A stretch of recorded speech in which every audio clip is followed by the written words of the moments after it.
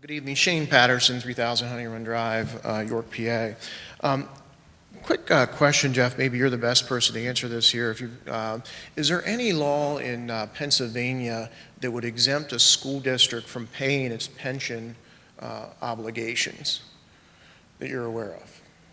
Not that I'm aware of. So pension obligations need to be paid. Yeah. The reason I asked that question, I too, a very interesting project. I have some mixed emotions. I think Mrs. Hom mentioned that as well.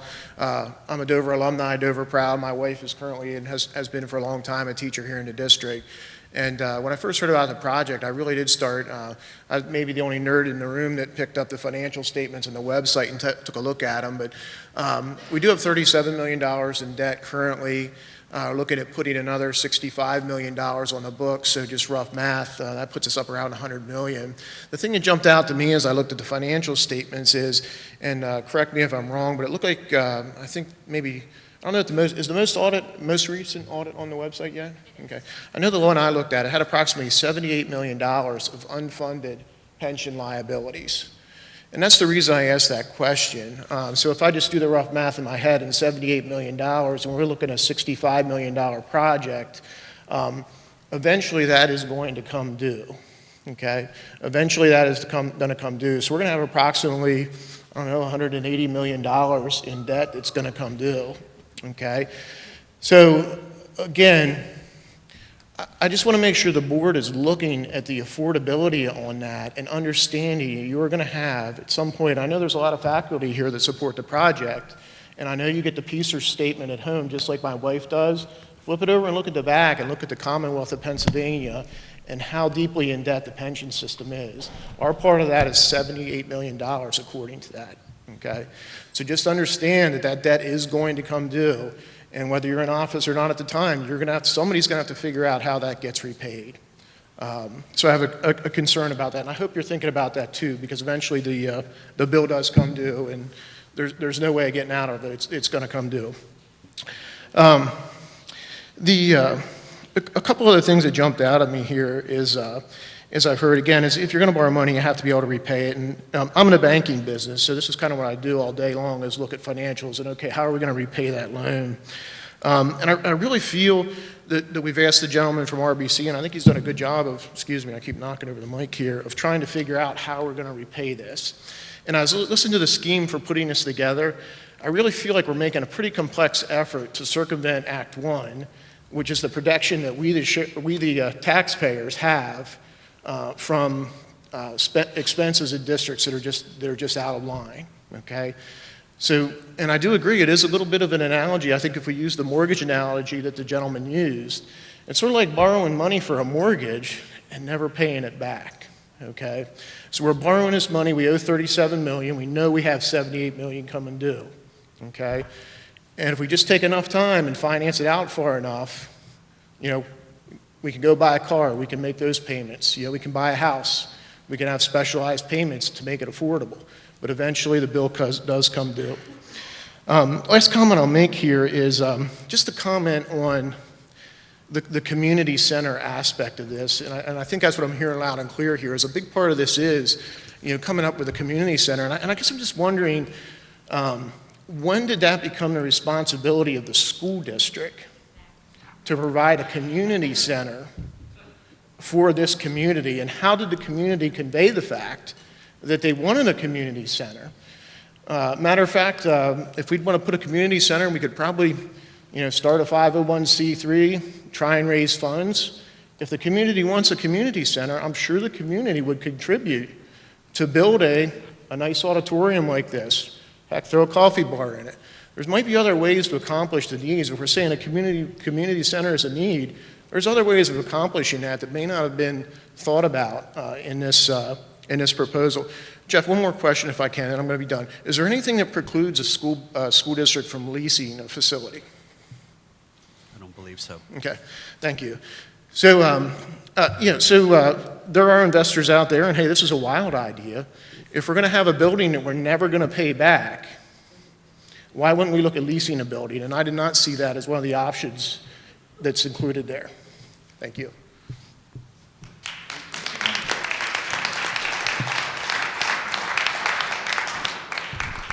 Thank you, Mr. Patterson. Hello, I'm Bonnie Malott, live at 514 East Circle Drive, Dover. And I'd like to echo many items that Mr. Patterson has brought forth. It is very important. You have stated them very well. And I think everyone in this audience needed to hear many of those things. I also would like to, Mr. Myers, who was a previous person that did share a comment, I would like to also echo his concern of what the $64 million debt will really end up being. And again, will it ever be paid? But I do not support this project. I do not feel our district has the funds to do this project, and I do not feel that the sufficient support or why the project is needed, that has been provided. There is concern I have as well in regard to the community aspect. There was, and Tracy had mentioned the different needs, the project needs that will be met. And you did mention the community hub as one of the most important things, and I don't see that as the school role, the role of the school. And there was a mention in regard to special needs students, and it is very important that we meet those needs of special needs students. But as I looked at the plan, there were, I think, 5 or 6 rooms that are going to be special for special needs students. And, you know, if that is a true need, you know, that can be possibly accomplished in another way by actually making the adjustment in regard to classrooms that are needed. Thank you.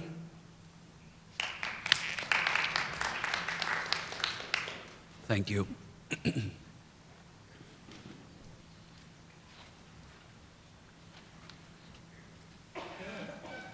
Hello, Joe Sieber, 81 Barron's Church Road, Dillsburg, PA, Washington Township. This is a hard decision. I don't envy the school board. There's some very good points made on both sides, I think, that to try to find a balance. I think what the balance is between the two sets of comments, and this isn't a representative sample of everybody in the entire school district, is nice to have, need to have, and when. Like when is the best time to build? And that's just I'll leave that open-ended. I have my own opinion. I always, just in thinking on my own, I think I'm a bike geek, and I ride a bicycle all over for exercise because I'm too old to run. But one of the Chevy dealers I go by has the nicest Corvettes, and this last year's model is the nicest I've seen, and I would love to have that Corvette. I could probably get the credit to get that Corvette. I can't tax anybody to get the money to pay for my Corvette. And even though I can get the credit, I wouldn't do it because I'd have to make the payments, and the payments would be almost impossible. That's how I run my house, and I think a lot of people run their household. You don't buy something if you don't have the money. Okay, what I'm saying is I would never build a new school, and I also see there is definite need if you've done the tour or been in the schools for the intermediate school, which my son is in right now. But it's a matter of when. And yes, construction costs go up constantly. Interest rates vary. But one of the, I'm just thinking out loud here, as a school board member, and even in past school boards, your job is to provide the best education and facilities that you can within the parameters that you're given. They did not do that in the past, so you have the legacy of certain problems you've got to fix now. Developers develop. That causes more population. There's a lot of different factors where they don't sectors of the society and the community that don't blend together, and that creates a conflict that we're in. And speaking of community, I guess my ultimate point is, in Washington Township, we have a strong sense of community. And if I were a township supervisor or a school board member, and I saw what the taxes and the debt ratio is, which was not fully vetted to the public, particularly the debt and the pending pension crisis that we're actually in. The only figures that are given to the public are a projected, very conservative number of dollars based on a $120,000 average housing assessment, which is low. But those figures and those taxes are just for the school. Keep that in mind. That doesn't include all the other costs by which a school board might be forced to raise taxes. That's just the cost for the school. So to provide fairness, and if you really want to gauge your community, this should be put up for a vote by referendum at the next upcoming election with a clearly and fairly worded line that people would vote on. Do you want to build the school at such a cost, yes or no? I believe, I'm not positive of the law, but I believe that the school district has the power as a governmental entity to put this up for vote on referendum and let the community as a whole decide. Thank you.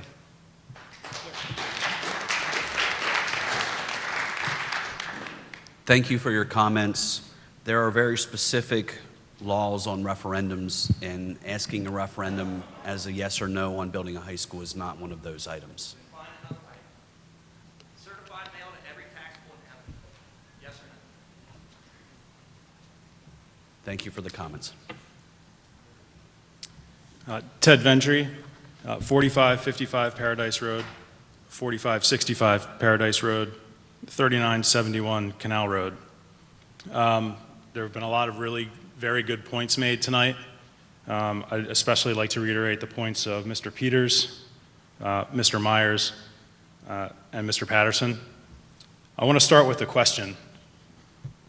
Is the student population of the district currently growing? Our enrollment numbers are up from last year, yes. Is the population overall growing as a trend over the past 5 to 10 years, or is this a bubble coming through the pipeline? What is the number? That is on the website. Our enrollment projections are on the website.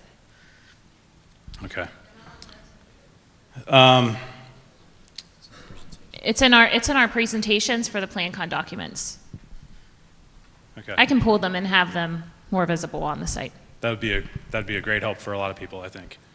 I understand the needs of an aging structure or aging structures. So I want to just get that out there for the record. I do understand that. I'm a business owner in the district. I employ 40 people.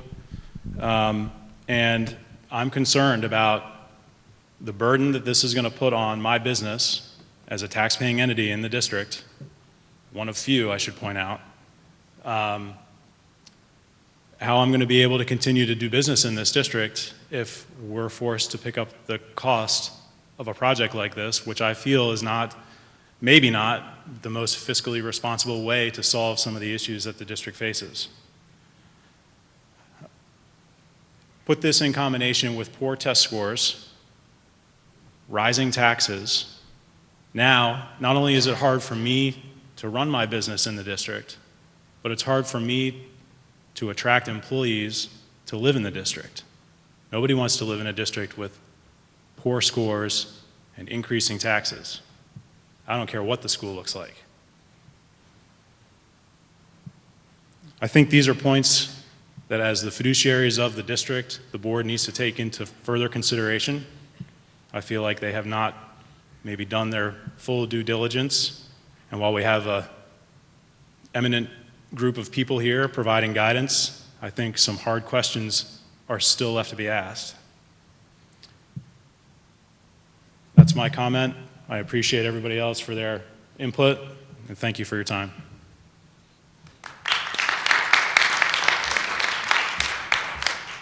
Thank you, Mr. Ventry.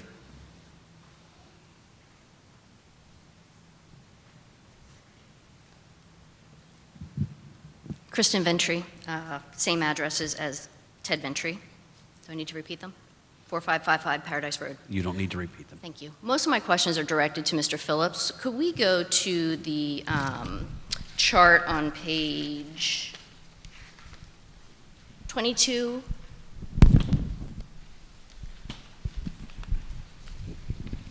Mr. Raymeyer, do you have the, no?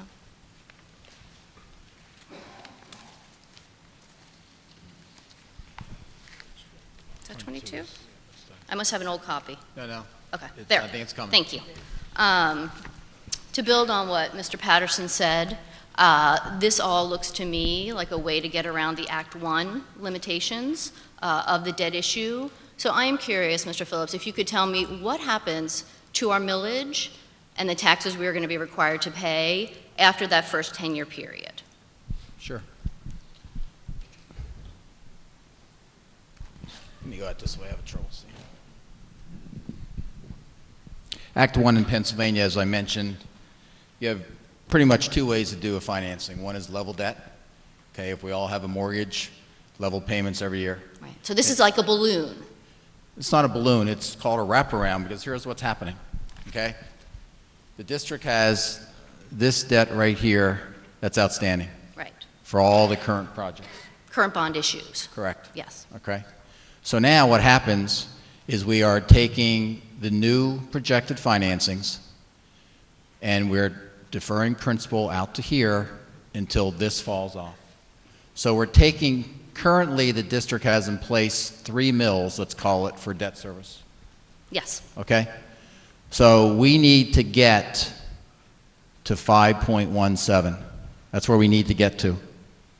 We have 3 to start with. We need to get to 5.17. Right. Okay? So what's going to happen in Pennsylvania, in my 36 years, I have 2 school districts that are out of debt because they're always having to refurbish, build new, do whatever they need to do. Okay? Unlike some of us hopefully get to that point where we don't have a home mortgage and then the money can go wherever it's going to go. Schools don't have that luxury. There's always going to be capital. There's always going to be renovations, new programs by the state of Pennsylvania, new funding, new special ed requirements that require either new facilities or refurbishing of facilities. If there was an unlimited checkbook and there was no Act 1 and you were a school board member and you needed to come up with 2 mills, you could do it next year. The Act 1 index prohibits from doing that. So this is a financing technique. It's not a scheme. I hate that word. No offense. It's not a scheme. This is a way for a funding to take place under Pennsylvania law, okay, where the district needs to go from 3 mills to 5.7. How am I going to do that under Act 1 when I have other operational costs to do? The gentleman says this is 0.27 strictly for debt. Absolutely correct. Yeah. Okay? But the wraparound fashion is pretty much the way that districts are going to finance any type of building project because they have to fund other things besides debt. So you're saying after the first 10 years, there will be no millage increase to taxpayers because you will Correct. be at that 5.17. Here's the increase right here. So that's the total. Correct. That's the increase. And this is just for that new debt issue. That's only for the proposed high school. Right. That is So correct. the long-term liabilities that are in the financial statements for the pension obligations and everything else aren't included in this millage increase. I just want to make sure everyone No. is clear, right? The- This is just the debt issue. The pension obligations, and I'm not an accountant, and there's probably accountants here, and I know Jen knows a lot better than I do. I think it was last year, GASB said that you need to start putting the pension obligations in the documents. Pension is a tough issue across the country, okay? So, but they now have to be reported in the manner that they are reported. $78 million is a pension liability. Is that due tomorrow? No. And again, I'm not an accountant. I know that it's a GASB thing that now needs to be reported for the first time. Okay, so in terms of debt service, You're talking about the existing debt service right here, principal and interest, projected principal and interest here, which results in needing 2.16 new mills in addition to the 3 that we're going to use once this is paid off.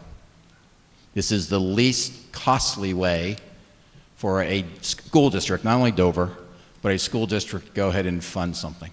So can you flip back to the schedule of coupon for the bond debt service? Sure. Either 20 or 21.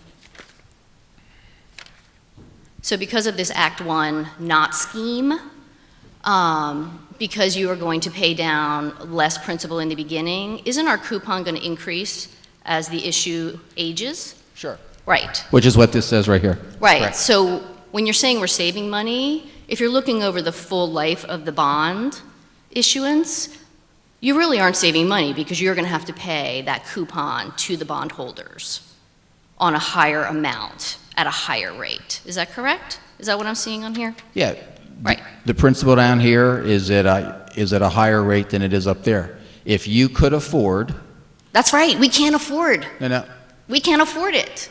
We can't afford it in the first 10 years, and we can't afford it in the full issuance, is my point. if you could Does afford everyone to do understand that? Do we understand? We can't afford it. And can I have one just last question? Sure. What does your firm make on issuing these bonds for us? Is that included in the plan, Con? if you go to page,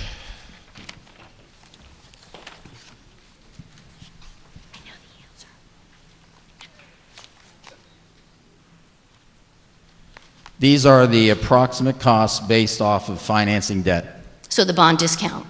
Yes, so you have bond discount, legal fees, bond insurance, printing, et cetera. Those are the approximate costs for doing a debt financing in Pennsylvania. So when the school board members think that you are just looking out for their best interest, and I'm not saying you're doing anything wrong, I want everyone to understand there is money to be made in this process. Mr. Phillips, who is looking out for your best interest and does work for a lot of the districts in the area, his firm will make almost $600,000 in issuing these 2 bonds for us, just so everyone's aware. Thank you. Thank you.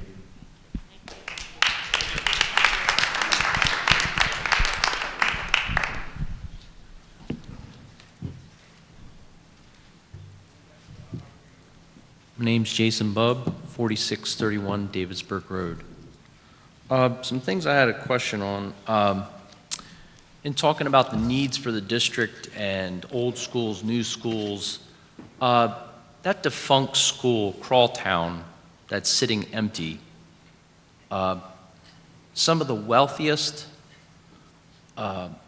most prestigious people, businessmen, men and women, in Pennsylvania went to that school, and it's empty.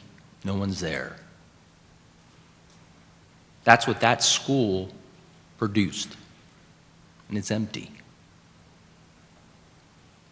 Our former fathers of this country went to a one-room schoolhouse. They were presidents. Just wanted to let you know about, you were saying the air conditioning system, we got to replace air filters. Brand new 21st century air filters are going to be in the new school. They will need to be replaced also. I see here in the plan for the architect is 3,300,000 and something thousand. Let me get this here. 3.4 million. Then there's site development, architect fee, site development, 174,000. Rough grading, architect's fee, 350,000. Architect's fee, rough grading, sewers proposal, 31,000. I would think 3,300,000 would be the whole egg. And yeah, square footage, I would like to know what that is, square footage. 290,000 square feet is the planned area. So divide that by 90 million. What's that give us per square footage? price per square foot? Well, he's actually suggesting to include the financing over the life of the. That's, We could you do that. derive Right. that number. Right. And the other thing too, I know a lot of people were saying about we need to renovate or what to do. As a homeowner, if I need a new bathroom, I do not bulldoze my house. This is correct. Now, I'm not saying the intermediate school does not need work. It hasn't had anything done since I was there. $90 million, and we all know in this room, all the figures are not given to the township.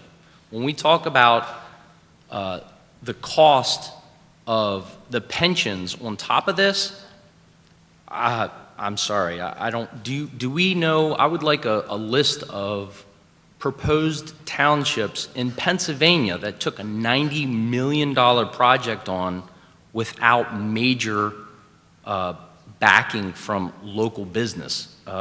Dover's not business friendly. We don't have business. So that means these people in here, these nice young ladies, are going to be footing the bill. $90 million is ridiculous. I just want to say that again, ridiculous. We don't, you want us to write $260 extra per person on a $120,000 house per year. You don't teach writing. How are the kids going to write their name on that check? Do you teach writing? Cursive to sign your name? You don't do that anymore, but you want $90 million. I think we're just putting the cart in front of the horse here. I totally agree with needing renovations to intermediate school. $90 million, doesn't matter how you do it, doesn't matter how you put the lipstick on it. This is not, you're going to damage this township.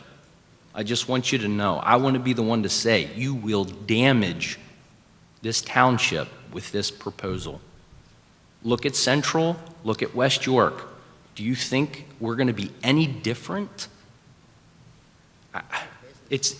And two, you're asking us to invest in the school for this kind of money.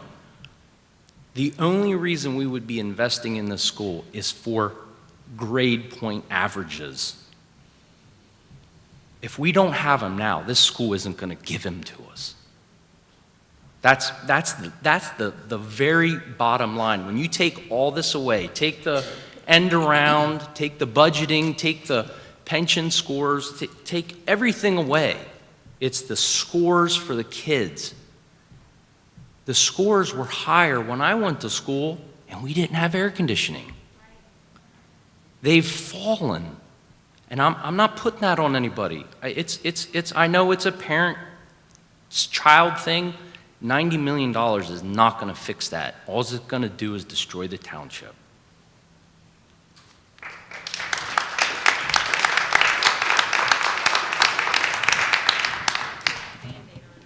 Thank you for the comments, Mr. Bubb.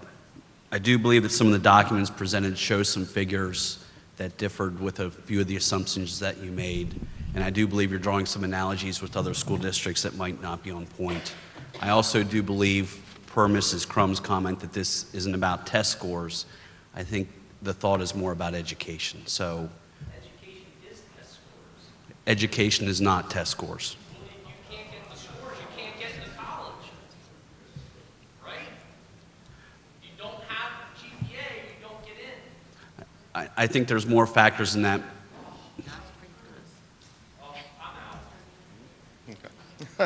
Hi, my name is Rob Shunk, 2870 Admire Springs Drive, Dover. A couple quick questions. What is the current student capacity of the intermediate school?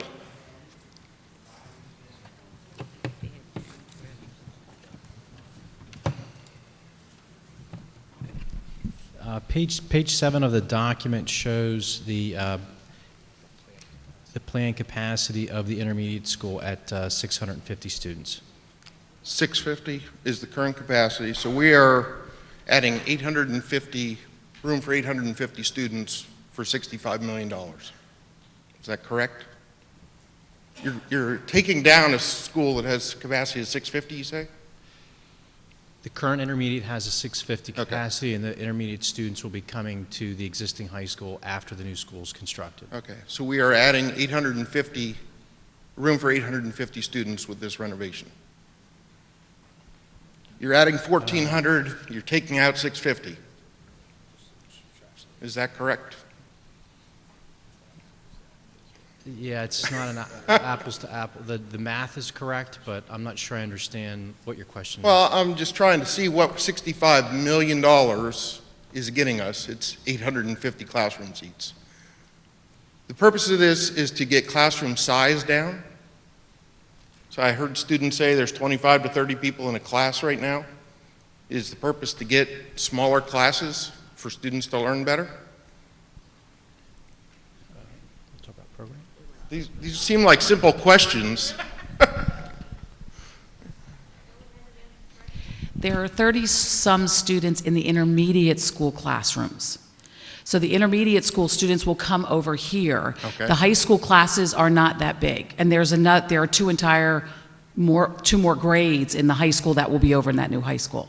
Okay. So no, that is not, the reason is not to get those class sizes down. They're going to come over to the high school. Okay. So we are not actually adding any more classrooms as part of this?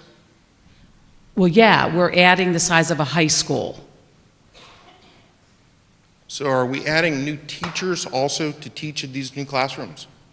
The current high school teachers will go over there, so no, we're not adding any additional teachers. There's no additional teachers being added as part of this project? No, none planned at this time, no. So we're not getting any more teachers, any more classrooms, and we're spending $65 million. Is that what you're telling me?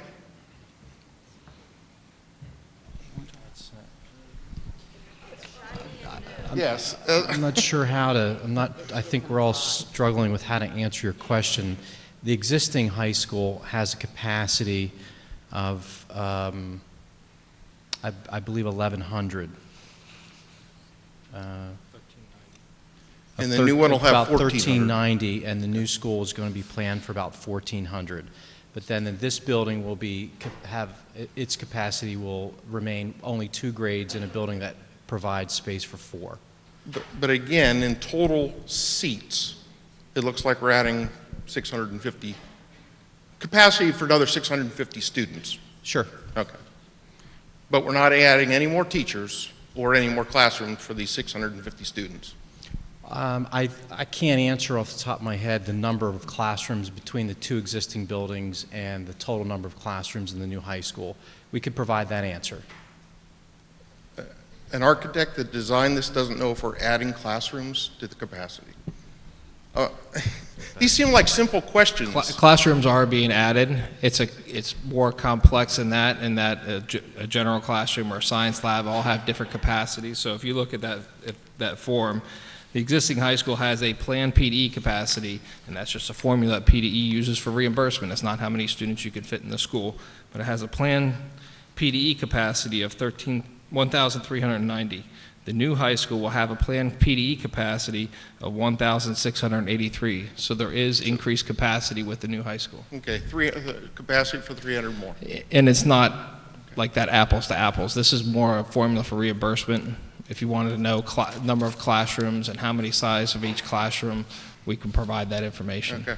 Well, my question is, it seems like we're building a new school to get the size of classes down and get more teachers, but the $65 million doesn't address any of the cost of new teachers, which seems to be adding more mills to the tax bills all these people are just wanting to pay. And I don't think a goal was to decrease class size. It was to provide the appropriate educational spaces for the students, whether it be a classroom that currently is 600 square feet that has 30 kids jammed into it. Those classroom sizes will also increase, which you don't see in this plan con document. Okay. And just one other comment, not a question. It says that we currently have about 3,600 students and 500 district employees. which is a 7-to-1 ratio. What are all these people doing if our class size is 25 to 30 people? Thank you.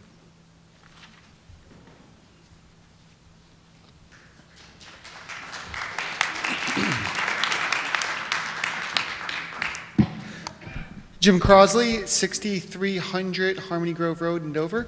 While I begin, can you flip to page 7 in this document? Just save some time here. I think the hard thing about this and the hard thing about your job is it's one of perspective. I've lived in 7 districts in my life. I grew up in inner city Philadelphia. I've lived in New York State. I've lived in other parts of the state. I can say without a doubt my kids have gotten the best education here than they have gotten in other places. And I've lived in other districts as well. My daughter is in the intermediate school. She has more classes in trailers than she does in actual classrooms. My son is in 2nd grade, has special needs, and gets tremendous blessings through the school. Things as a parent that whether you have a new school district or new school building or not, the teachers and the love and the care that he gets are incredible. I've been in this district for 6 years, so I don't have some of the history and legacy of some of my other presenters tonight. So I guess I just have a couple basic math questions, and maybe you can help me out with that. One of the numbers that keeps coming up is 37 million is what we still owe on previous projects. I see the numbers, and I have you look at page 7 there. What projects are we still paying on?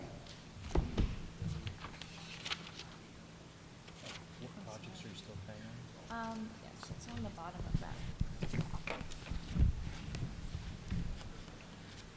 Is it just Dover Elementary? Is it others? Again, I haven't been here to other, I see the numbers up there, but I just don't know which ones you're still paying on. We have done some, definitely, we have refinanced some of the projects that go back farther to 2001. So I can tell you what bonds we currently have outstanding, but I can't tie a specific project to that bond right at this moment. Fair enough. Part of what I hear, and just you can just nod your head, is, and I know this because my daughter's in the school, is 1964 the intermediate school is originally built, and that is the major source and the driving force of this building project, right? Can you repeat? I apologize. No, it's fine. I'm looking for information. I'm nervous, you're nervous, we're all nervous. The intermediate school was built in 64, right? And it is inadequate, and that's part of what's driving this whole process. Correct. Okay, good. I guess, again, I've been here 6 years. I love the education. I'm trying to understand all the buildings. I see the original buildings and the updates. I guess the question I have is, if we do this, we understand what we're getting into. You're saying we're always going to be in debt at some point, and obviously this is a $65 million pill to swallow. You know, we've updated Dover Elementary, we've updated Weigelstown, we've updated North Salem. Live is built a year before the intermediate school. It's going on, heaven forbid, 21 years before it's... Is there any other updates that you see before 2040, whenever this thing would be paid off? Because it's like, okay, we would pay through 2040 and yada yada. Like, is this the last building project you foresee in the next 20 years, or there's going to be, or do you not know? I mean, I don't have a 20-year plan. I know, we have a facilities plan, and, Sure. our buildings are constantly going to need updated. So, no, it is not the last renovation that will needed before 2040. Do you, I guess to be a little bit more specific, again, do you anticipate in the next 10 to 15 years Live would need to be updated as the other elementary school buildings in the district have been? Let me try and answer through one of the requirements the Department of Education imposes on every school district. When you seek reimbursement and you pursue this reimbursement process, as we've outlined, your project may only be eligible every 20 years. So they expect that if a project is funded, you cannot go back for reimbursement within a 20-year period. You have to wait a minimum of 20 years. So That's is that, the state's guideline. no, because you said earlier you're still getting reimbursements. One of the reasons you think this is going to happen because you're still getting reimbursements on other projects. So is that would that be the reimbursement for the intermediate high school, or is that we can't get another reimbursement in Dover School District for 20 years? Receiving reimbursements on the prior projects. Right? Yeah, I am currently receiving reimbursement on the prior projects. Okay, but he just said, like, Approximately $1.2 million a year. I love that, great. But he just said, like, if we do this, we can't get reimbursements for 20 years. Now, is that reimbursement on the new building, or is that reimbursement? It's project What? specific. It's project specific. So it's this project. So in other words, if you had to redo, I'm just picking on Live because that's the oldest one. But if you had to redo Live in 10 years, like, that could still be on the table and you get more reimbursements or yada yada? If I what in 10 years? I'm Like, sorry. I guess what I'm saying is, I'm just looking at the things, and Live hasn't been updated in 21 years, and that's by far the biggest one on the thing. Are you thinking, hey, we're going to do this, and in the back of your mind thinking, hey, 10 years from now, there could be another project where, you know, the debt just keeps going downhill? Does that make sense? I guess I'll answer as quickly as honest, just as clearly as possible. We're going to do this, $65 million, right? Do you foresee that this is going to be the last time you're going to be holding one of these meetings forever, or like do you see another building project coming down the road? Okay, I'm going to try a couple different parts to answer. Good. As Ken mentioned, districts and these capital improvement projects are always underway. Okay. When the district prepared the feasibility study, they were also requested by the Department of Ed to look out into the future and master plan district-wide. So the facility study didn't just look at the high school, it looked at all the buildings. Okay. It factors in enrollment, it factors in the age of the buildings, and it factors in what I think you're getting to, when did they last receive reimbursement. Now, in order to receive reimbursement, the project must be brought up to the Department of Education requirements, which stipulates things like building code. So when you look at the options that were analyzed and the renovation options, in order to compare it to a new building for cost, each option had to satisfy those same requirements, and there's a cost relative to each of those options. If a district project is eligible for reimbursement, you have a 20-year period of eligibility, if you will.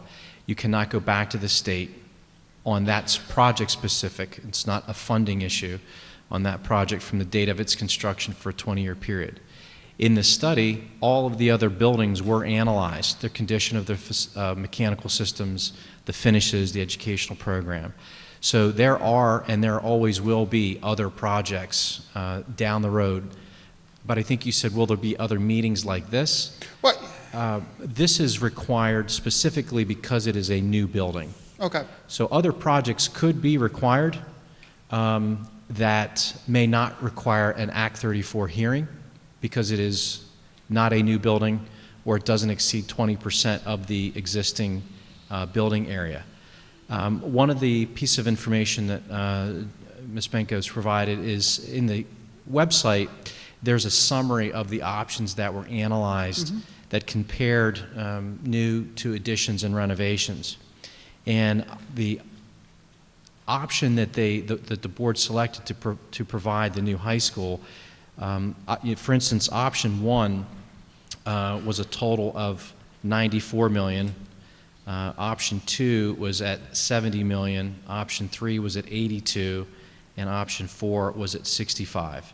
So there are a number of pieces of information that summarize the study, the options that were in the original study, and then what the board looked again at in 2016 to compare the cost associated with all of those scenarios.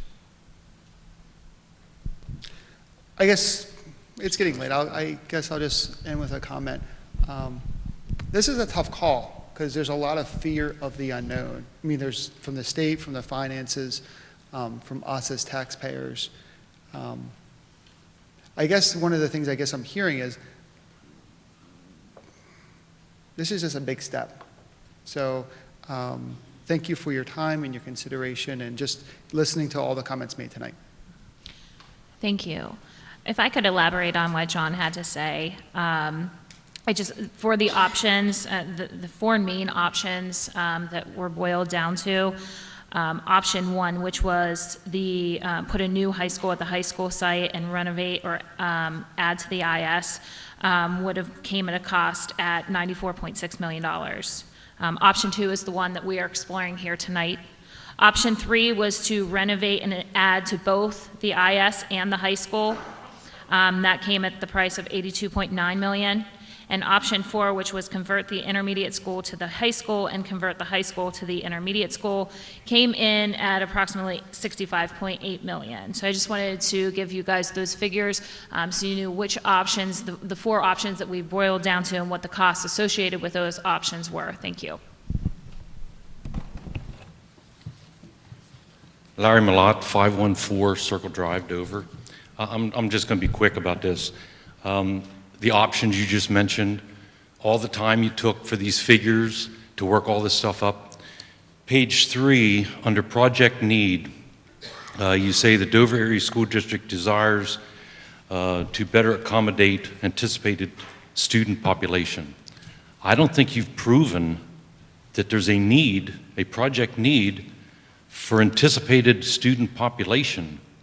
With all the figures you've thrown out at us, you don't have a figure that, and you're kind of stumbling to answer a question, is the student population increasing or decreasing, and you kind of tripped over yourselves for that. I would think that those numbers would be, if that's the main project need here, you've not given us that. Again, and numbers I've seen, numbers I've seen is that there's less students in kindergarten, a couple hundred students in kindergarten, several hundred students in your upper grades. Seems to me like the numbers are going down, not coming up. I don't have those. Again, I apologize. I do not have those. But you have everything else. Enrollment. But you don't have those. What's that? You have all the other figures and I do all the not have options, but you don't have one little figure there that supports your project need. I'm not in support. And I couldn't support this. We will put those numbers on the website right out in front if that's what. We will do a last 10-year look back, and we'll do our projections going forward. Thank you. Mr. Malott, I do believe as well that the comments from the architect and the superintendent weren't simply about increasing student population, but educating students and student needs. So some of this, as I understood it from the presentation, well, it says accommodate the population. You're asking for a rising population, and I don't think it's all about increases in numbers of students. If I could just jump in here too, our special education students that have entered into our district, we have gotten many more of those, as many other districts have also. We are mandated by the state on how many numbers we can have in a classroom. Some of those classrooms may only have 6 or 8 kids in them, and that is beyond our control. Those are things that, that's taking an entire classroom. So that, as Mrs. Krum had addressed, it's our student population just may not mean numbers. It may also mean our demographics, whether it be low-income students that need more help, and based on other, outside factors, we need to make sure we have the appropriate spaces in our facilities to serve those students. Well, I'm sorry, but to me, the word population means student numbers, so.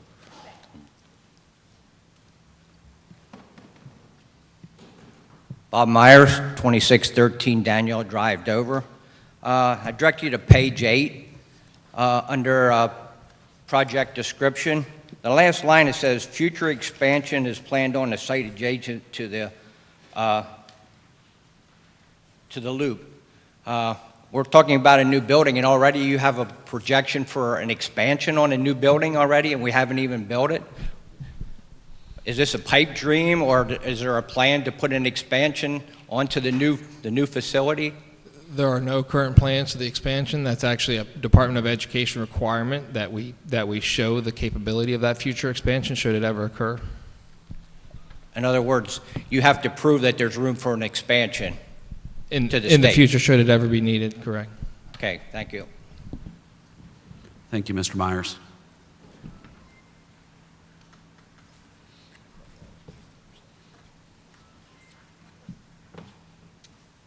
everyone. Samantha Hellwig. I don't live in the district, but I do work here, 92 Governor's Place at Waterford in York. I'm hearing a lot about facts and figures and numbers, and I know this project is incredibly scary, but what I'm not hearing a lot about is the future of our students. And the important thing here is the future of our students and the education that we are going to provide for them. What this new building is going to allow us to do is to be able to plan for their futures no matter what they are. And one of the things I love to tell my students that scares them every time is that we're preparing you for jobs that don't even exist yet. There are so many people in this world who are doing things that weren't in place 10, 20, 30 years ago, or in 1964 when the intermediate school was built. We need to update our buildings. We need to be able to plan for their futures to give them the best shot in this world. The places they're going to work in, the things they're going to do look nothing like the traditional educational model, and getting the new building is going to allow us to give them the best shot at the future. And that's what we need to remember here, not the facts, not the figures, not the numbers, but what is our students' future worth? Thank you. Thank you, Mrs. Hellwig.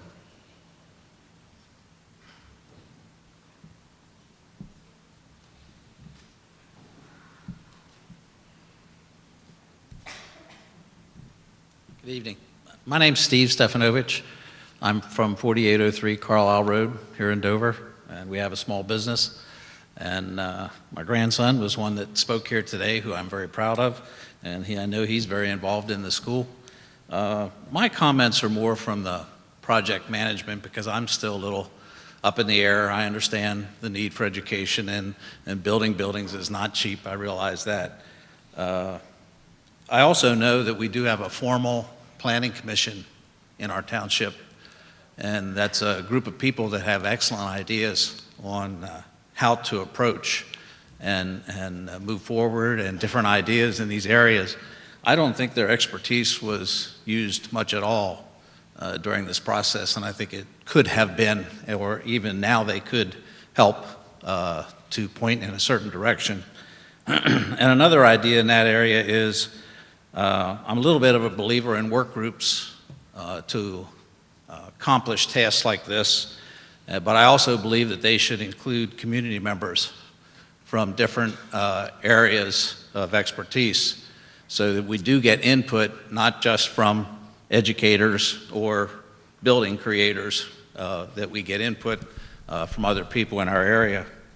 Another comment I had, I'm a little bit of a techie person also, and in your thing up there with electrical and everything else, I didn't see any comment about solar. I think if we're going to build a new school, why can't a huge percentage of it be powered by solar?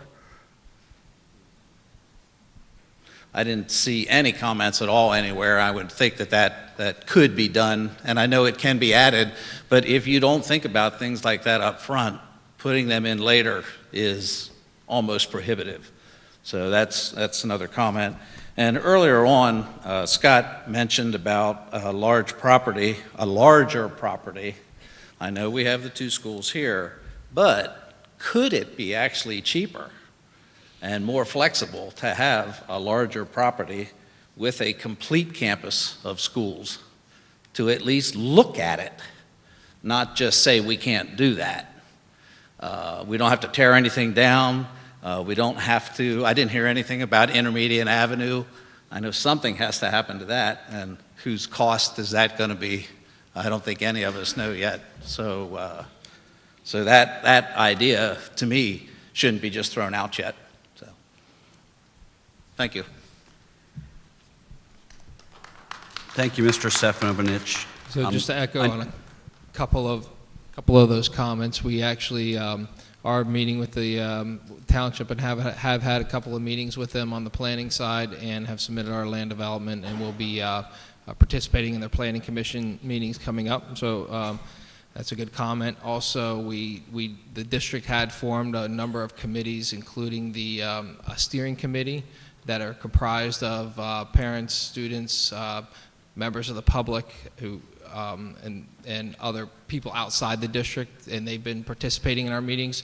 All the meetings that we've had, we probably had about 6 or 7 with them to date. All the minutes of those meetings are on the district's website, so you can see what some of the community members have said and put forth to the project.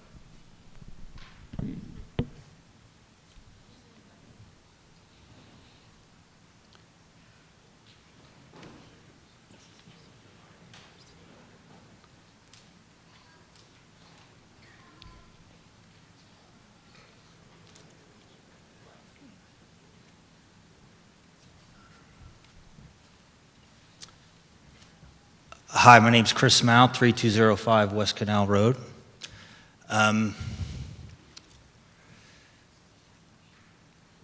Jen, are you able to provide any financial projections, 5 and 10-year projections based on your facilities plans and what your expected income and liabilities will be over that 5 and 10-year period?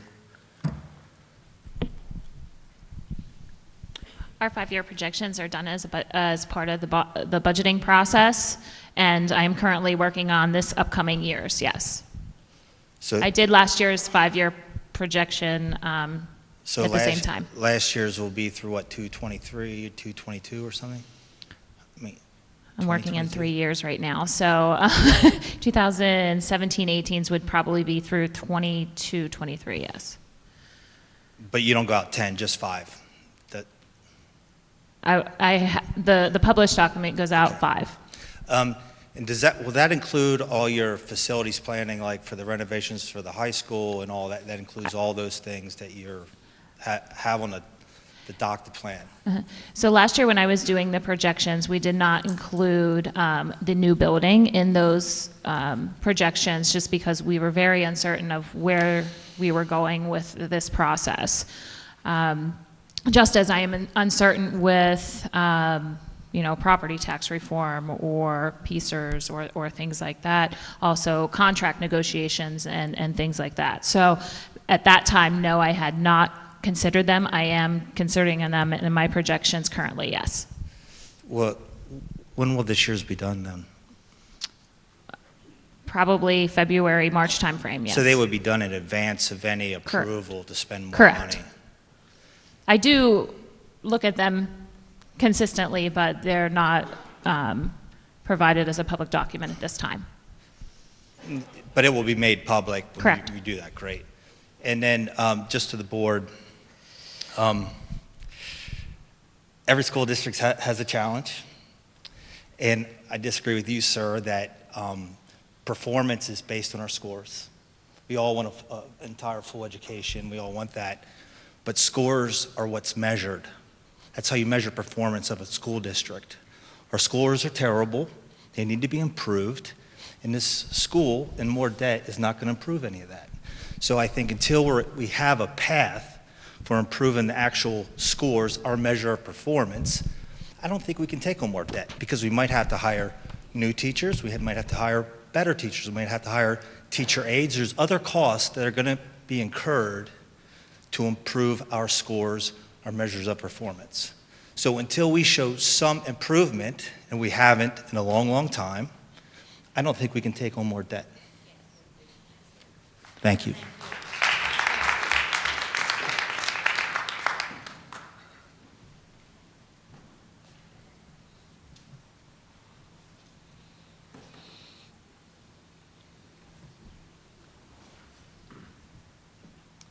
My name is Donald Harlicker, 6440 at Davidsburg Road. Longtime resident. Family's been here since 1895. Normally I speak at the Dover Township meetings. I've been remiss in attending your meetings for a long time. However, when I hear about a $65 million project on top of a $37 million current debt, it gets my attention. For those people in the audience that know me, I'm an ultra-conservative. My concern here tonight is this is a very elaborate document. It could only be created by academics and bean counters. In no way have you presented any evidence to me that would allow me to determine whether this is a pursuit of a want or a need? Based on the fact that you fumbled on not knowing the numbers of the student body, which should be the main factor that would drive any consideration for such an expenditure, I find deplorable. When it comes to demographics, I'm quite sure that the numbers and the projections were pulled together by, I guess the last census was what, 2010? Now, when it comes to demographics, you may have taken notice that Miss Merkel of Germany was very concerned because their reproduction in Germany is not at a level for sustainability. So she made a decision to leave all these people coming from North Africa. Point being, we are no different than Germany. We are approaching the unsustainable reproduction. Based on that, I'm quite sure that the projections that were made, that were included in your study, were basically like Al Gore's hockey stick, up. And that's the way it's been probably for the last 20 years. But guess what? It's going the other direction. So, assuming that the whole project should be driven by student population, you have no ground to stand on to move forward in this project. Another name is Betsy Voss. Does everybody know who that is? You people know who Betsy Voss is? Yeah, I don't know what you know about her, but Betsy Voss is Mr. Trump's Secretary of Education. She believes in vouchers. Mr. Hollinger, can you stay close to that mic so everybody can hear you? In charter schools. And what she doesn't believe is bricks and mortar. And your whole project is based on bricks and mortar. She's hardly gotten started. You're going to look awfully foolish if you start your project and Betsy Voss comes down with federal programs that will have vouchers and charter schools.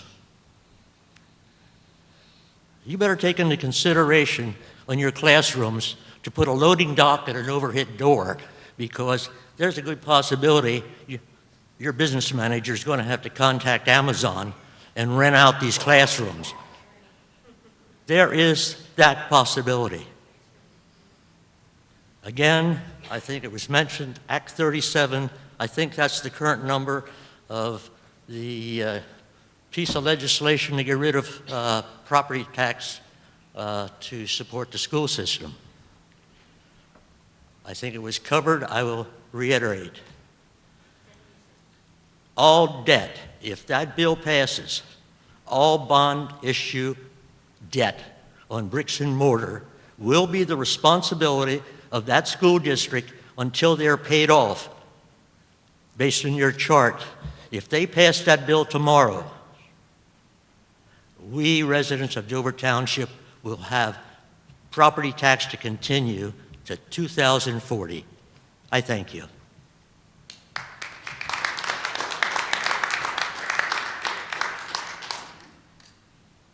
Thank you. Any other public comment?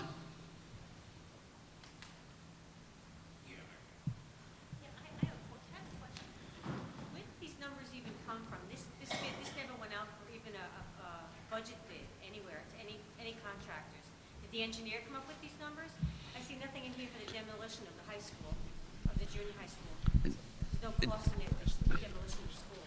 Let's let this gentleman comment. Oh, I'm And sorry, I didn't see.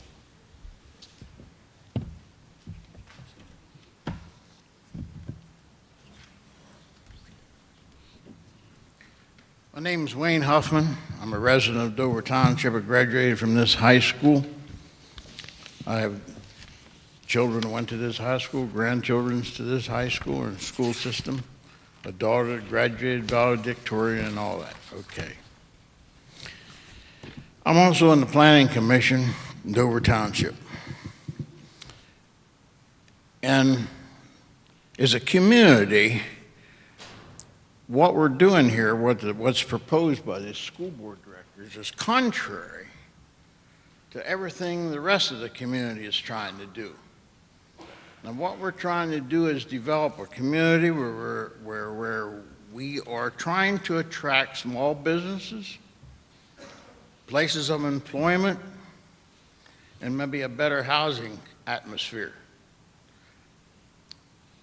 I'm a small business person. There were small business people talked here, and your analysis of $200 and some for a $135 assessment, that only includes a couple handful of people. Anybody in the township that has any kind of a business or does anything that helps create wealth within the township surely has an assessment that's greater than $135 or $135,000. Now that's just, you school board members got to know that. It's just common sense.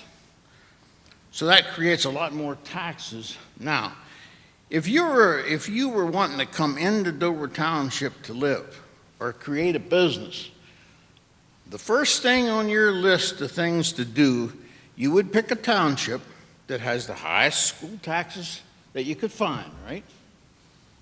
You would pick a township that has a school system that has mediocre, at best, test scores for their children and reputation for their schools, wouldn't you? That's the first criteria you'd pick. What we need to do here in the township is, and my discussion has nothing to do with how damn much money you spend or all those things, but you do not want to get yourself in a position that you're obligated at this point in time for that cash flow where you may need that to create whatever it takes to better the school system as it is.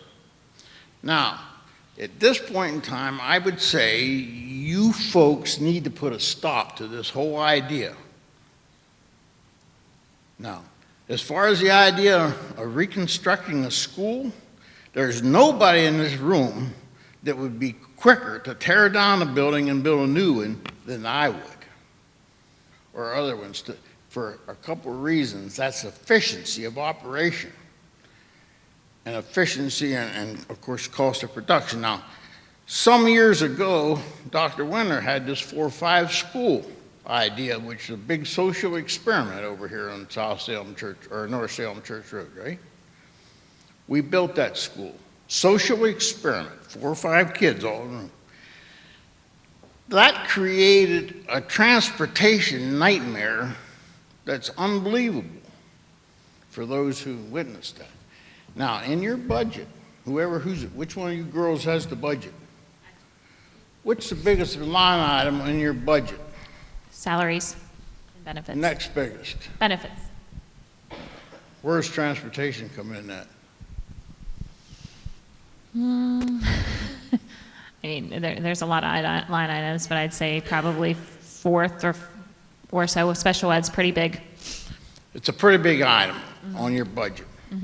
Now, Scott Miller back here, he was one of the first persons to alert you to a problem. Now, if you intend in building a new school and do all those things, you need to consider some efficiencies that you would get. Instead of be talking about tax increases, it should be talking about tax savings or money to be used for other reasons. Now, the same reason we built the 4-5 school and the problems it created, you're again talking about building a high school, and you're talking about communicating between this 4 and 5 school, football or sports fields or whatever they were. You got a creek in the middle. You got 81 acres or whatever it was. It's not usable area. and your ability to cross that water, if you find some kind of a turtle in the water or something, with DEP is going to be next to none. So you can't, and no one here tonight or before or in that paperwork addressed the possibility of not being able to pull off what you said. And I'm not too sure that you can pull that off when it comes to actual construction and planning and permitting through DEP to do all those things. Should you not be able to do that, what's step B? And Scott was right. Maybe you ought to spend twice that much money and build a whole new campus where you don't have this transportation nightmare and everything else, and put everything together so it's functional, or at least part of it, and actually result in less operating cost than what you have now. It just worries me a lot that you're making a mistake building a high school in on that spot, and then talk about coordinating activities between the 4 and 5 school and this new, whatever it is, construction. I guess we call it a high school, right?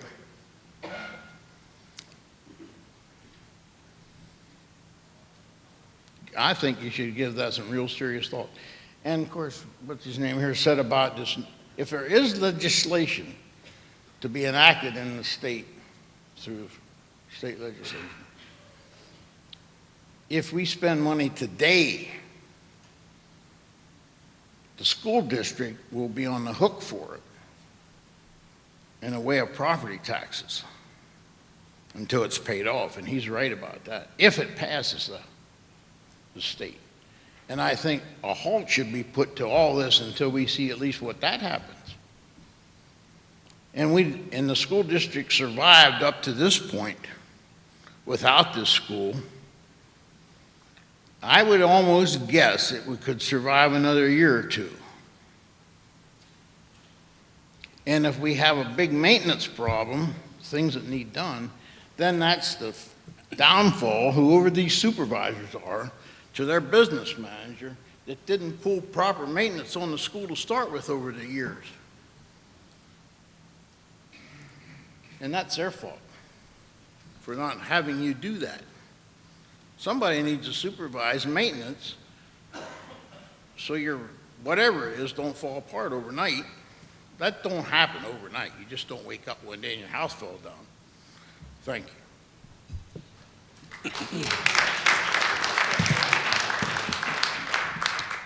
Thank you, Mr. Hoffman.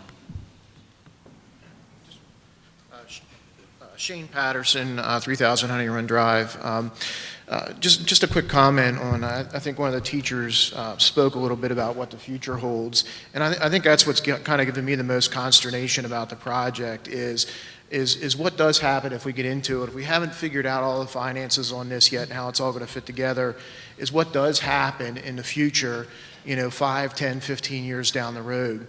And when I look at that, I was out at a very enjoyable concert last Saturday night. It was terrific. I don't know if any of you were out, but we have an outstanding music program here in the district. And I know some of our board members are heavily involved in that and donate countless hours to making sure that is a tremendous program. And I do appreciate that. And that's really one of my big concerns is if the district runs into financial problems, at some point the pension plan comes due, the debt load, any of those types of things, where will you have to go and what type of decisions are you going to have to make, cuts that you are going to have to make to programs in order to reduce the cost in the district? I'm concerned about their extracurricular activities. Is the football team going to be the first one to get cut? I don't know. I think we probably know the answer to that one. From an education standpoint, are we going to have to reduce the number of teachers? Are we going to have to reduce the number of aides? A heavy emphasis on children with special learning needs. Are we going to have to reduce the number of aides that are available to these children because the budget will restrain what we can do? So I'd ask the board to think about the future and think about the decisions you make today and how that's going to impact those things. It's not so much today, it's tomorrow, and what decisions are you going to be forced to make in order to sustain these payments.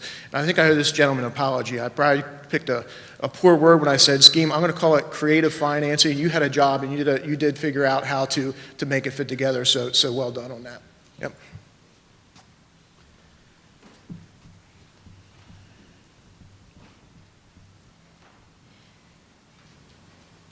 My name's Keith Rice, 5281 Paradise Road.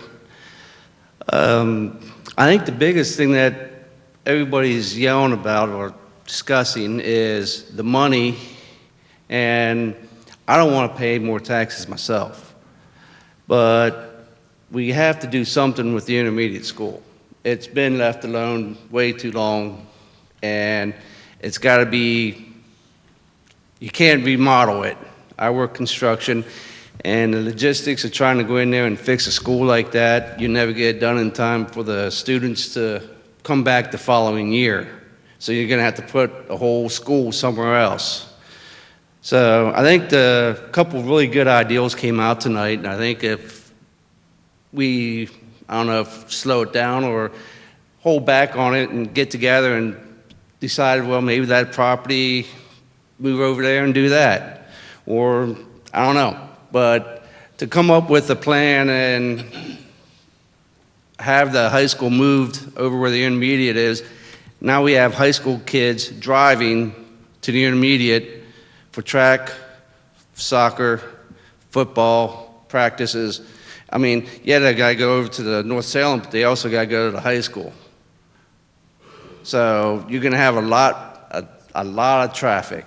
And I know driving through going home from work at that time, I don't like sitting in the traffic waiting for all the buses to come out. Then you got all the students driving and trying to cross Canal Road to get over to the high school parking lot to go to practices. So I think, I don't want to pay more taxes, but it's got to be done. I just like to see it done in a little bit better fashion where a little bit more input, and everybody, you're not going to please everybody, but the kids do need a better school for better education. I don't have internet where I live. The cable don't come out to me. I run my internet off a little jetpack. My kids hate it there, but that's tough. They're going to live there till they move out, but at school, you can't do that. Internet's not even going to be around in another 10 years. Something else better. I just saw that they're coming up with some other highfalutin Gen 5, or no, that's a satellite dish, that's slow as butt, but whatever. The school needs to be better.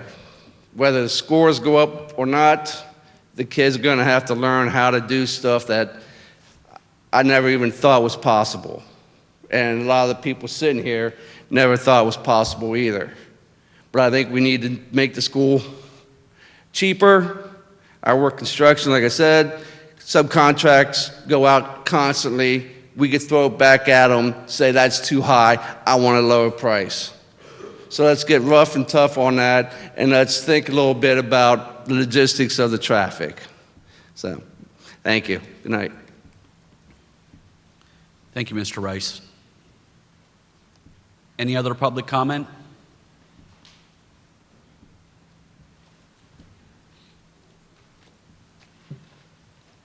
Good evening. Mark Miller, 4912, that's where I work. Let's try 2631 Rock Creek Drive. Question, so we're talking about the traffic. What are the thoughts on Intermediate Avenue?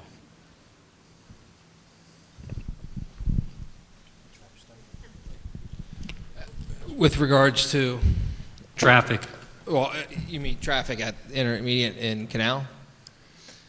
Just the whole thing, like the flow. What are your thoughts on how to manage that? So flow? part of the requirements for our submitting a land development plan is doing a traffic impact study, and our engineers are currently in the process of wrapping up that final traffic impact study, which we'll review with the township.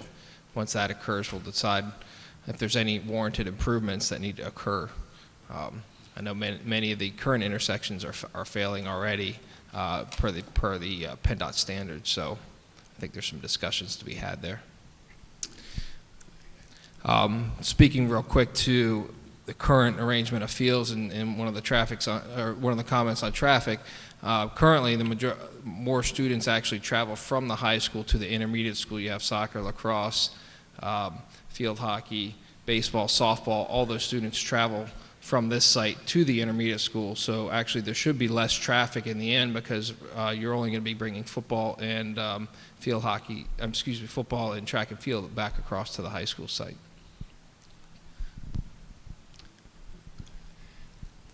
That's all the discussion you're willing to go with tonight on that then? On the intermediate Ave? It's a process that we're involved in right now, and there's no final answer on what needs to happen or what's going to happen as far as improvements. There's a joint study being conducted with the township, adjacent developer, and the school district is having participate in a joint traffic study to look at the overall picture of the township and different intersections. But as far as no decisions have been made, like I said, it's a process that we're currently involved in. When do you expect to have that wrapped up? I think we're looking to have, like I said, with our land development submission, part of the requirement is that traffic impact study. So we'll need to eventually submit that once it's final to the township. I believe we're still waiting on that joint study to also wrap up. I don't have a timeline for that. That's a consultant outside of our team, so to speak. Thank you. And to the school board, I just ask you to really, I'm a small business in the township, and it's growing, thankfully. And we took on some large debt recently. And the debt load you're asking the taxpayers to service is tremendous. It's, I can handle it. My wife's a school teacher. She gets paid really good. She's got a pension, an unfunded pension, but we can do it. Most of the taxpayers in Dover Township don't have that luxury. It's a big decision that you're asking us to take on all this debt and service this debt. It's scary. It's, I was shocked when I found out that $78 million was not included in these numbers tonight for the pension liability. Is or is not? No, it's not. So, please, I feel like that was, I'm sorry. Go ahead. The $78 million that you see on the government-wide financial statements that every district has to report a part of PSER's unfunded pension liability, which you may see on the news. You know, they have a ticking clock at the Capitol.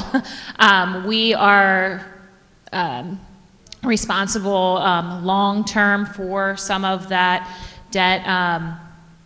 That $78 million is not included in the financing of this project. The $78 million is included in our government-wide financial statements, which was just released by Boren and Ritter here in last November, and is included on financial statements across the state. And it truly blows up that portion of the financial statements. It does. And that's my concern is it wasn't, we saw the liabilities of the $37 million for the existing school projects, but we didn't see the big picture of the entire school budget. And so it's kind of disconcerting to know it's not there. And I hope you guys are aware of that. This debt it can be a very dangerous snowball like the pension problem goes. And it's going to be fixed, and it's going to be an ugly fix because we keep kicking the can down the road. And now you're going to ask us to take on more debt for the township. So please think about it. And, if the best thing to do is just hold for another year, 24 months, get more of the people here involved in this decision. And I know you guys worked hard for the last 2-3 years on this, and I appreciate that because I would not want to do that. I thank you for your time, but also I'm asking you really think strongly about this debt load that you're going to ask us to take on because we will have to pay it. Thank you.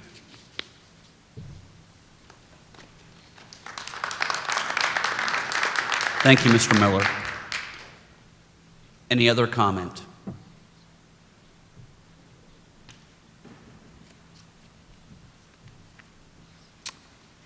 Goodrich Trenner, 4535 Heike Street. I'm from out of Maryland, and I've only been here about 9 years, so I'm not sure how the law works here, but this thing seems like it's a done deal. You're happy with it, they're not. To me, it don't matter, I'm out of school. But what we did that I'd like to know if you did here, once you got everything that you needed, before you even started this, did you get like other bids? Does this state do other bidding, like the state of Maryland does? At least 3 different bids? This project. Currently at this time, these are estimated project costs. So these are our, between us and our design team, we estimate the cost. The current schedule has us going potential to construction in this summer. So we would go out to bid in the April-May timeframe. And you would have a minimum number of bids that you would have to receive, and you would have to go with low bid. And as John mentioned before in one of the D forms, we're also required for the Separations Act to have separate prime contractors. So we'll have a general contractor, HVAC contractor, electrical, and plumbing. Yeah, and that will all go out to bid. I understand all the different contracting, because one architect's not going to do it all. He sends it out to everybody else. My only thing was, when you have competitive bidding, as you all know, it tends to keep the price down lower. And would the people more accept a school at a lower price than a higher price that still gives you everything you're looking for? Which to me, from when I grew up, seemed a lot more than you should have. But it is what it is. We will be required to publicly bid the project. So that is not an issue. It will be publicly bid to try to solicit as many bids in each of those contracts as possible. But the people that you had that went over this stuff in these committees, do any of them deal with any of these people out here per se in general? Like the general public that's going to, well, they're the ones that's up in arms. Obviously not. Anyway, I got other questions. I'll wait.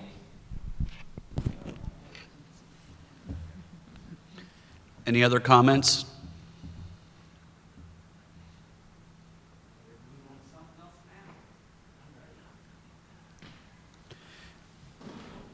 As a reminder to everybody, there is an opportunity to submit comment for the next 30 days.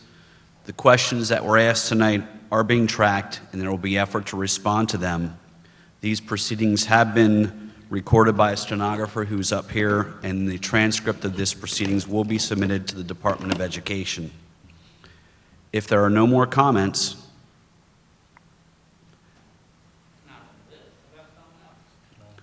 only comments on this presentation. Any more comments for this evening?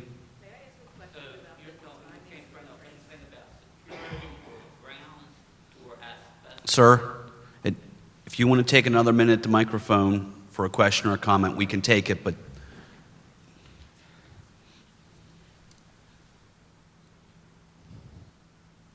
the new school, is it going to be built 100% free of asbestos? Yes, that is a requirement of the Department of Education. The next question is, how far from the new school is the next school, the high school, the old high school? How far apart are they once it's built? You mean the existing intermediate school under construction? You're going to take you mean move the scheduling? Intermediate into this school and this school into a new one. How far between this one and the new school? How much space you got? Those projects will actually overlap because one of the last phases of the high school construction is to demolish the existing intermediate school. Therefore, those intermediate school kids will come back over here. And as Jed mentioned before in the options analysis, as one of those 4 options with the one we're looking at now, it included that additional $5 million to renovate this school here. Well, because my question is, why can't you put in some kind of a crosswalk or something, call it what you want, something that connects the two buildings, knock out some of the things that you don't need two of in the buildings to bring the price down. You understand what I'm saying? You don't necessarily need two swimming pools. You don't necessarily need two auditoriums. And let them, I don't care if between the two schools they use a common book to say, well, can we have this area for this day at this time, whatever, and share the resources instead of spreading them out when the schools are so close together. Thank you for the comments. If you have more, I would encourage you Well, I to... just have one more thing here. One more? I have a lot, but I only want to bring up one more. The parking lot for the teachers, the visitors, and then you have another parking lot for the students. Why can't they just be simply built in the one parking lot, period? You don't need all the decorations. You don't need two parking lots, because according to your paperwork up there, you're going to increase the parking by 50%, and because of the way it's built, it's going to cost the people a lot more money to have the snow removed every year, which means that's going to be an ongoing cost. Why would you want to pay something more than you have to? So one of the reasons why we do separate student and staff parking is because we do have, where's the laser pointer? This section here is a bus loop. And for safety standpoint, we don't want the kids to be parking within that bus loop because they have a tendency to try to beat the buses out, and general safety concerns with crossing bus traffic with students. You know what? You're right. But why don't you remove the barriers in the center between the two of them, combine them, and you don't necessarily need all the scenery around it, and make the thing as easy and simple as you can without it costing a lot more money. In other words, a snowplow should be able to get in there without having to worry about obstacles, which is what's on your paperwork. I think we're trying to take into consideration all of our options with land development and everything. As far as your comment with the swimming pool, the current swimming pool is housed at the intermediate school, which in this plan is going to be demolished throughout this plan. So we will only have one swimming pool, which would be in the new proposed high school. So you're telling me you have a swimming pool in this school? No, we do not have a You swimming pool. don't have one in here, this- but you're going to we put do one not. there, Correct. right? I guess that's one of the reasons kids aren't learning. Thank you. Larry Malott, Circle Drive again. I just have one quick question. I didn't see it on here, maybe I missed it. When you send out for bids for the general construction and general contractor to build this, is there going to be a management construction firm overseeing this that's going to add additional costs to these that's not in here? No, one of the things that the district has done in the past to be a little fiscally responsible is to use their own director of facilities to oversee that construction. So the plan is for that director of facilities to also, Dave Nelson, to also oversee this construction as well. As part of our fee, we provide construction administration services, not necessarily construction management services, but so we'll be monitoring the project along with your district staff. So we won't be paying for two general contractors on No, this? there's no construction manager on this project. Ma'am, did you have another comment? Please come up to the mic.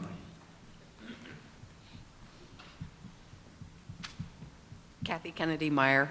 I just wanted to ask about the timing of the availability of the transcript. I'm going to discuss that after the hearing, but I think it will be a few weeks.